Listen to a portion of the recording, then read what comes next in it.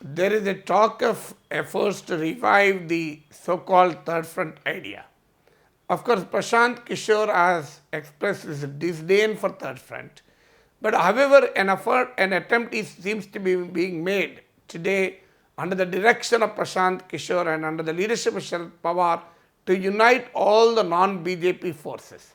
So, in fact, Prashant Kishor seems to be the link between all these parties because he has a good relations with a host of leaders across India. As an election strategist, he worked with several regional satraps.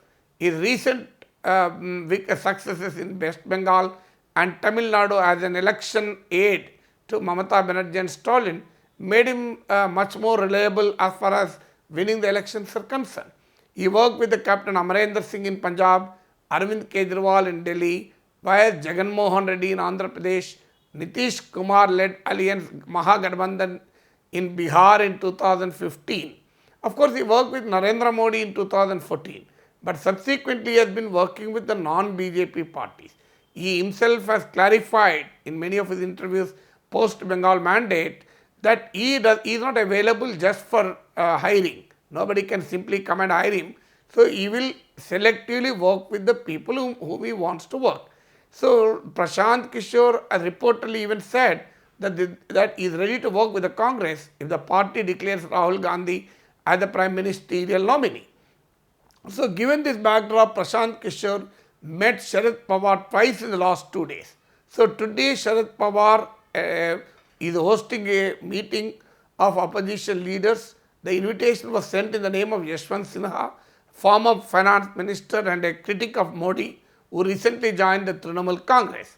So, Yashwant Sinha floated a forum called Rashtriya Manch. So, under the auspices of Rashtriya Manch, this meeting of the opposition leaders is being held.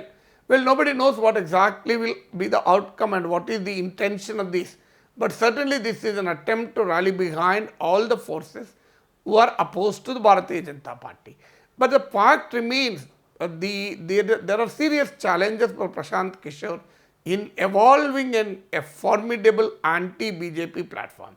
The first problem in this process is the role of the Congress.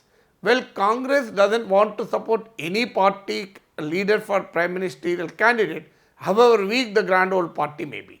It still wants its own leader Rahul Gandhi to be the prime minister. So the prime minister is non-negotiable.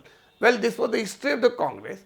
The way it pulled down the ministries in the past and the way it has dealt with the United Front is a matter of history. So the Congress doesn't want to accept anybody else for the top job. But other opposition parties are not ready to work under the leadership of Congress or Rahul Gandhi.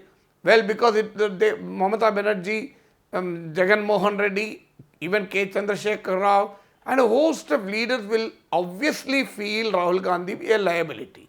So there is no question that these leaders will work under the leadership of Rahul Gandhi. They can't go to 24 parliament elections to face Modi under the leadership of Rahul Gandhi because they certainly believe that this will be a liability to them. So how will these differences over the role of Congress vis-a-vis anti-BJP unity is something for the Prashant Kishor to iron out. Second is, well, can you exclude Congress and achieve an anti-BJP opposition unity? Well, this is again difficult because in several states the Congress is the principal rival for the BJP. So states like Rajasthan, Madhya Pradesh, Chhattisgarh, Gujarat, Karnataka, Himachal Pradesh, Uttarakhand, and all these states the Congress is the principal rival. In fact, along with its allies, the Congress is a rival for BJP in states like Bihar and Tamil Nadu. So therefore, it is very difficult to wish away the Congress, however weak it may be at this point of time. Well, at least the Congress is in a position to present a face-to-face fight with BJP in as many as 200 seats where there is no other player or no other regional player exists. So in these 200 seats in the 2019 elections, the BJP has won 174. So this is actually the story of the BJP's success in 2014 and 2019. So unless the Congress is elevated, unless the Congress is strengthened, it is extremely difficult to dislodge Narendra Modi. So therefore, what can be done to the opposition is in a typical Hamletian dilemma of to exclude or not to exclude Congress. So this is the second. Then the third thing is, as Prashant Kishor himself said, you cannot fight Modi without a leader and without a narrative. So the opposition has too many prime ministerial aspirants. Mamata Banerjee, Sharad Pawar, Mayawati, Mulayam Singh Yadav, Chandrababu Naidu, K. Chandrasekhar Rao, everybody is a prime ministerial aspirant. So there are too many generals without any soldiers. So this is another big challenge, and they do not even have a narrative.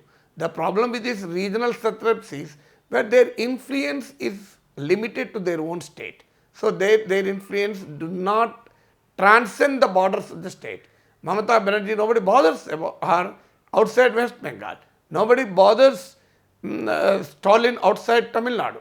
Nobody bothers Tejasvi Yadav outside Bihar. Well, this is nobody bothers Akhilesh Yadav outside Uttar Pradesh. So this is again another challenge. Well, you do not have a credible national leader to face the Narendra Modi regime. Well, even the latest studies also reveal that Narendra Modi still continues. The C voter survey revealed that the popularity ratings of Narendra Modi have certainly come down in the wake of the COVID disaster and the economic failure.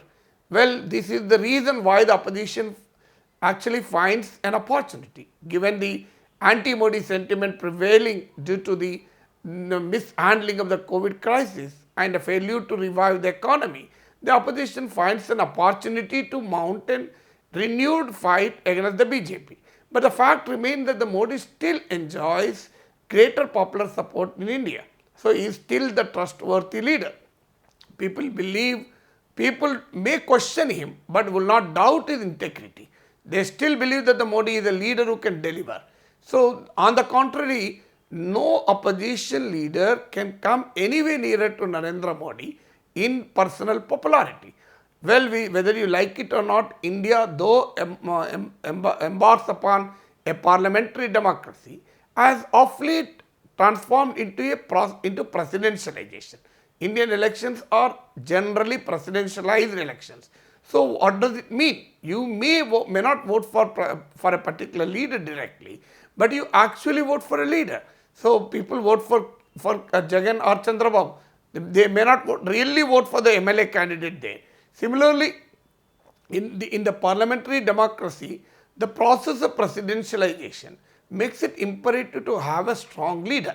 So that is a big challenge. Who is the leader who can provide a credible alternative to Narendra Modi? So there is no answer for that. Then finally, the question of a narrative. What kind of narrative these leaders will present?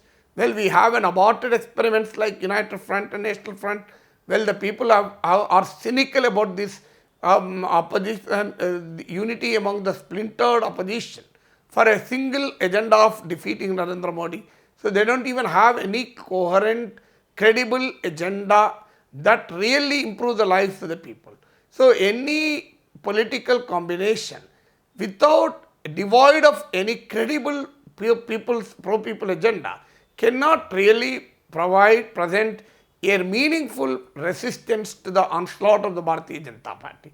Therefore, Prashant Kishor may be a very intelligent election strategist, but there are several challenges for him to craft an anti-Modi combination.